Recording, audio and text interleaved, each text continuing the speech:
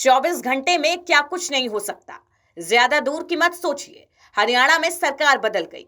एक दिन पहले दोपहर में खुद पीएम मोदी सीएम मनोहर लाल खट्टर की तारीफ कर रहे थे, उनकी बाइक पर बैठने के किस्से सुना रहे थे। दूसरे दिन दोपहर होते होते खट्टर पूर्व सीएम हो गए। इस घटनाक्रम से कई सवाल उठते हैं। अगर सरकार में शामिल जेजेपी से अलग होना ही था तो सीएम का चेहरा बदलने की क्या जरूरत थी।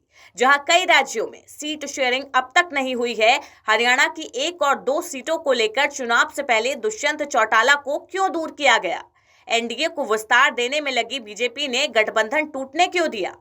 वास्तव में जिस लहर पर सवार होकर बीजेपी तीसरी बार सत्ता हासिल करने का दावा कर रही है, ये उसी का प्रभाव है। इस फैसले से बीजेपी ने कई मैसेज दिए हैं। खासकर बिहार और महाराष्ट्र में एनडीए में शामिल सहयोगी दलों को स्पष्ट संदेश गया है, भगवा दल के साथ चलना है तो उसकी बात माननी होगी। बीजेपी अब प्रेशर में आने वाली नहीं है। पता चला था कि जेजेपी लोकसभा सीटें मांग रही थी, जबकि बीजेपी सभी सीटों पर चुनाव लड़ना चाहती है, लेकिन सीट शेयरिंग पर पेंच महाराष्ट्र में भी फंसा हुआ है। चुनावी विश्लेषक मानते हैं बीजेपी महाराष्ट्र में भी हरियाणा जैसा प्रयोग कर सकती है। हालांकि महाराष्ट्र की राजनीति हरियाणा से थोड़ी अलग है। हरियाणा में सीएम बीजेपी का था, लेकिन महाराष्ट्र में सीएम सहयोगी शिवसेना पार्टी से है। लेकिन राज्य में बीजेपी को अपना सीएम बनाना कोई मुश्किल काम नहीं है, क्योंकि बीजेपी अगर शिंदे से समर्थन वापस ले लेती है तो राज्य के सीएम को इस्तीफा देना पड़ेगा और बीजेपी अजीत पवार के साथ फिर से सरकार बना सकती है। राज्य में अगर नंबर गेम की बात करें तो विधानसभा की 288 सीटें हैं। बहुमत के लिए 145 सीटें चाहिए। बीजेपी के पास 106 विधायक हैं। अजीत पवार गुट के 40 विधायक हैं। 21 निर्दलीय विधायकों का समर्थन भी बीजेपी के पास है। तो कुल मिलाकर बीजेपी गठबंधन के पास 167 विधायकों का समर्थन है।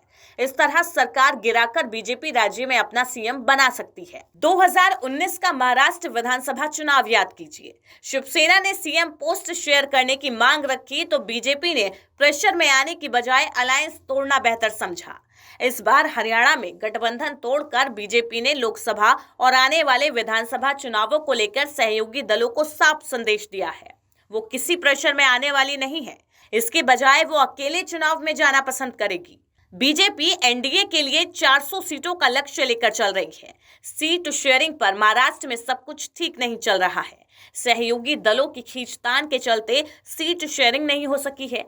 यूपी में ही देखिए, बीजेपी ने सहयोगी दलों को 1 से 2 सीटों से ज्यादा सीटें नहीं दी। ऐसे में बीजेपी महाराष्ट्र को लेकर क्या कुछ कदम उठा सकती है?